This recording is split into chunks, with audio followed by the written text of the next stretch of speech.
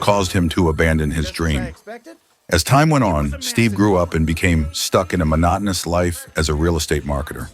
In the midst of his stagnant life and career, a small incident during lunch with a potato rekindled memories of his childhood. This time, he promised himself not to let anything stand in the way of his dreams again. Steve returned to the mining area of his childhood. There, he discovered a shiny cube-shaped artifact along with its container. When the two objects were combined, a portal opened to another world called Overworld, a creative dimension where imagination could flourish without limits. Everything in this world was cube-shaped, from trees to animals. In Overworld, Steve began building a new life. He constructed a house and tamed a wolf he named Dennis. Together with Dennis, Steve spent his days building magnificent structures fueled by his creativity. However, their adventure took a turn when Steve discovered the ruins of a mysterious portal leading to an underworld called the Nether. This world was vastly different, barren, dark, and filled with piglins, greedy, and cruel pig-like creatures. The Nether was ruled by an evil sorcerer named Malgosa. Malgosa easily captured Steve and Dennis, imprisoning them in an underground dungeon. To save his dream world, Steve sacrificed himself so that Dennis could escape with the cube artifact. Dennis successfully hid the artifact in the real world, right under Steve's bed. Meanwhile, Steve remained trapped in the Nether, waiting for someone who could free him. The story then shifts to Gareth Garrison, a man with a glorious past as a legendary arcade gamer.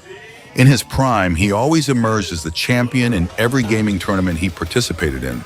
However, as time went on, his gaming skills faded, and his life took a drastic turn. His excessive love for classic games and antiques earned him the nickname the Garbage Man, a title that ironically stuck even more due to his now messy and chaotic life. Gareth had hit rock bottom, burdened with massive debts for his vintage game shop. Amid his financial struggles, Gareth's obsession with antiques only grew stronger. He frequently attended storage auctions in search of valuable items. One day at one such auction, he stumbled upon a rare Atari Cosmos game console from 1978. Recklessly, he bought it for $900, even though it meant going further into debt. But misfortune continued to follow him. Upon inspection, he discovered that what he had purchased was just an empty box. To make matters worse, his car broke down on the way home, as if adding to his string of bad luck. Unbeknownst to Gareth, among the auction items was a mysterious cube artifact left behind by Steve from the Overworld.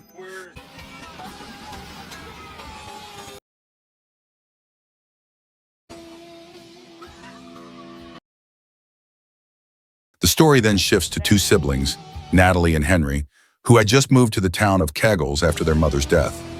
Their arrival was greeted by Dawn, a local real estate agent. Natalie, the older sister, worked at a potato chip factory to support the two of them, while Henry started attending a new school. Henry's first day at school didn't go well. Natalie, wanting to help her brother make friends, baked a potato pie for him to share with his classmates. However, Henry, reluctant to hand it out, stopped by Gareth's antique shop instead. The pie ended up being given to Gareth, marking the beginning of their friendship. Henry was a very intelligent boy with a wild imagination, but because of this, he often became a target for bullies at school.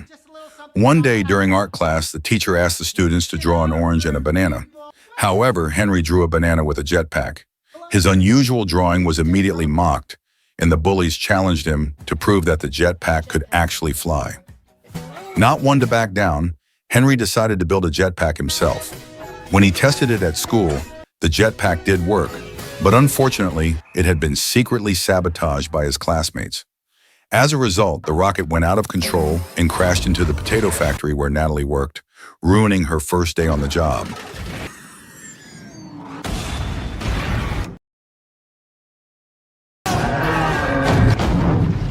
The incident led to Henry being summoned by the vice principal, Marlene. He was threatened with expulsion unless he brought his guardian to school. Afraid of being scolded by Natalie, Henry boldly contacted Gareth and asked him to pretend to be his uncle. At first, Gareth refused, but he eventually gave in when Henry offered him $26. At Gareth's shop, Henry discovered something that changed everything: a shimmering crystal cube, an orb, hidden among the antiques. There was also an old notebook belonging to Steve, warning that the cube should never be combined with its container. But the warning only made Henry even more curious.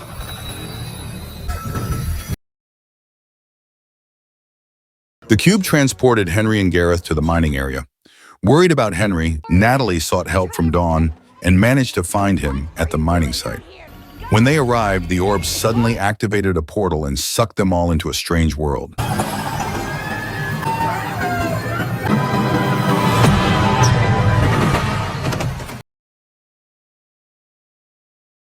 Everything was made of square blocks.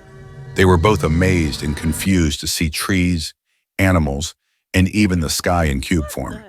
Gareth, claiming to recognize this world from a game, pretended to know what he was doing while pointing out a rare pink goat.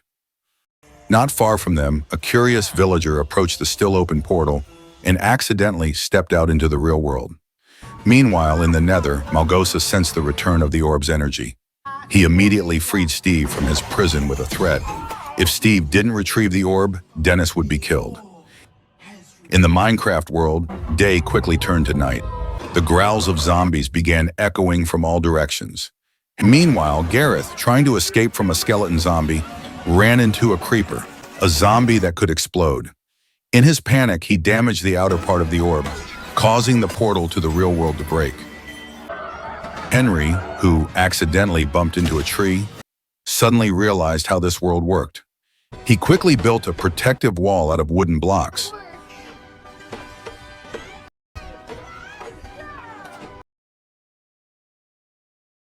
They were nearly overwhelmed by the horde of zombies when Steve suddenly appeared. With his diamond sword, he slashed through all the zombies until the sun rose again.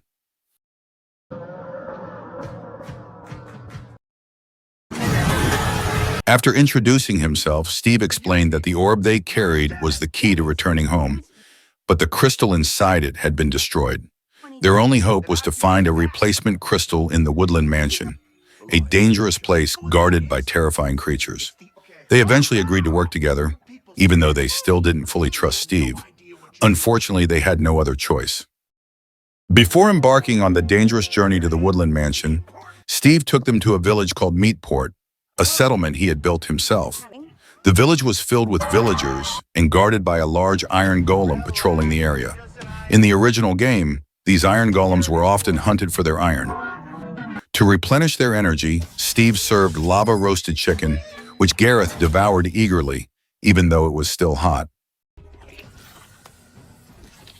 Meanwhile, in the Nether, an enraged Malgosa had deployed his best troops to hunt down Steve. Malgosa also gave them netherwart potions to prevent them from turning into zombies in the overworld. Steve was impressed by Henry's intelligence. He told Natalie that Henry was well-suited to live in a world like this. However, Natalie responded honestly, saying that her brother factory where she worked. Hearing this, Henry looked upset, but Gareth encouraged him. Steve then showed them his storage room, which was filled with various adventure supplies, swords, armor, and even a special crafting table. Steve demonstrated how to craft weapons, but Gareth could only manage to make a simple weapon out of a bucket. Henry, being clever, created a potato launcher by combining real-world technology with overworld materials. Gareth asked Steve about the treasure mentioned in Steve's guidebook. Steve explained that the treasure was located in the Redstone mines, but the place was dangerous, and the path to it was long and winding. Gareth insisted that Steve take them there, as Gareth was in desperate need of money. Steve agreed when he realized that Gareth was carrying the orb in his pocket. While Natalie and Dawn were trying to obtain a map from the villagers, a pig...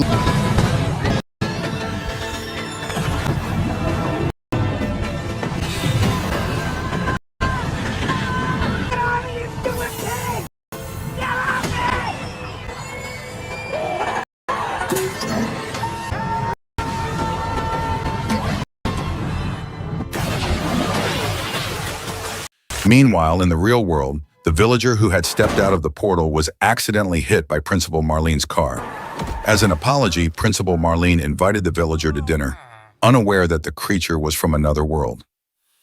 How about this? What if I just take you to dinner? Steve explained Malgosa's origins to the group. Malgosa was once a talented piglin who loved to dance but was constantly laughed at during the Nether's Got Talent competition. This rejection made him despise all forms of creativity and fueled his ambition to conquer the overworld with the orb.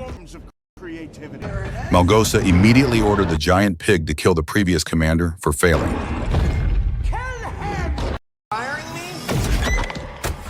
Elsewhere, Natalie and Dawn, who were lost, encountered Dennis, Steve's pet wolf, who initially appeared threatening.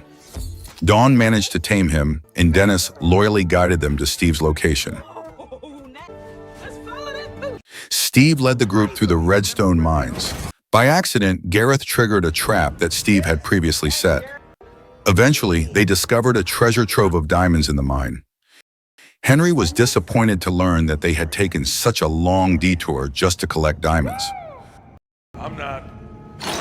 Malgosa suddenly appeared at the exit and snatched the orb from their hands, while his piglin army surrounded them. Gareth sacrificed himself by blowing up the bridge to buy time for Steve and Henry to escape using a hot air balloon. The explosion caused the balloon to crash, leaving them unconscious. When they woke up, Steve was greeted by his wolf, Dennis. It turned out they had been rescued by Natalie and Dawn, who had built a mushroom base. Gareth's fate, however, remained unknown. With the orb in his grasp, Malgosa immediately placed it in the nether portal, triggering the expansion of the dark world into the overworld. Darkness spread, transforming the surrounding environment into a grim version of the Blocky world.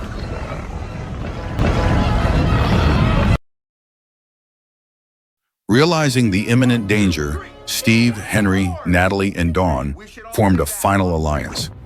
Using Henry's intelligence, they prepared various weapons to face the massive assault from Malgosa's army and built an army of iron golems. An epic battle ensued. The Iron Golem army formed the front line against Malgosa's forces, led by the terrifying giant pig.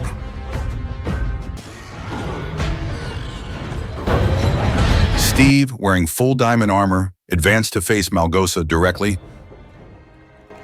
Okay, Ghosh, let's dance. Bring it on!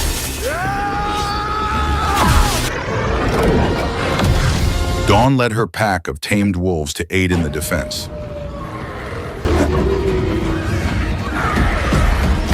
While Henry and Natalie tried to reclaim the orb. Henry used an ender pearl to teleport to the tower to retrieve the orb, but the giant pig shot him.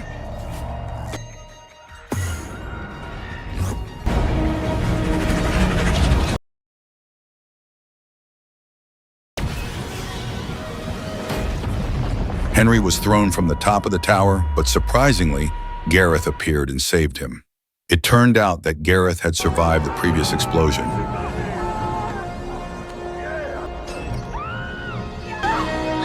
Together, they launched a counterattack that destroyed the nether portal. They succeeded in winning and regaining the orb. Malgosa's defeat was inevitable. Despite attempting one last trick, the evil sorcerer finally fell. With the destruction of the portal, the remaining piglins turned into ordinary, harmless zombies, while the darkness in the overworld began to disappear. The portal to the real world was open, but Steve intended to stay in the overworld to create many more wonders. Natalie convinced Steve to bring this magic to the real world. Finally, Steve decided to follow them. Screw it. I'm coming with. Back in the real world, a bankruptcy became famous thanks to the game Block City Battle Buddies, co-developed by Henry and Steve. Natalie became a martial arts instructor. Dawn left her job as a real estate agent and often threw parties with Dennis. Henry continued to develop his creativity by making various new inventions. Principal Marlene was finally proposed to by the villager, who had learned to speak human language. In a post-credit scene, Steve returned to his old house only to find that it was now inhabited by a woman named Alex. Perhaps this was the beginning of his next adventure. With the power of imagination and creativity, they all managed to transform their lives and prove that dreams can come true. The magical world of Minecraft may have been left behind, but its spirit and lessons lived on in their everyday lives. As a Minecraft player, I'd like to share some interesting details from this movie that are related to the original game. The orb. In the movie, the orb serves as the key to uniting the Nether and the overworld. This is different from the game, where the orb is primarily used as decoration and a location marker due to its towering beam of light. Pink sheep, a rare mob with a spawn rate of only 0.064%, in stark contrast to the common white sheep, which has a 77% chance of spawning. The nether in the game, the nether is useful for finding netherite upgrades for armor, obtaining blaze rods to craft the Eye of Ender, and unlocking the portal to the end to fight the Ender Dragon. Spider Jockey. One of the rarest mobs, which I personally have never encountered in the game. Wandering trader, a hooded villager with llamas that offers a bartering system, often with absurdly overpriced trades. King-headed pig, an Easter egg tribute to Technoblade, a Minecraft YouTuber who passed away from a rare bone cancer at the age of 23. Iron Golem, often hunted by players early in the game as an easy source of iron.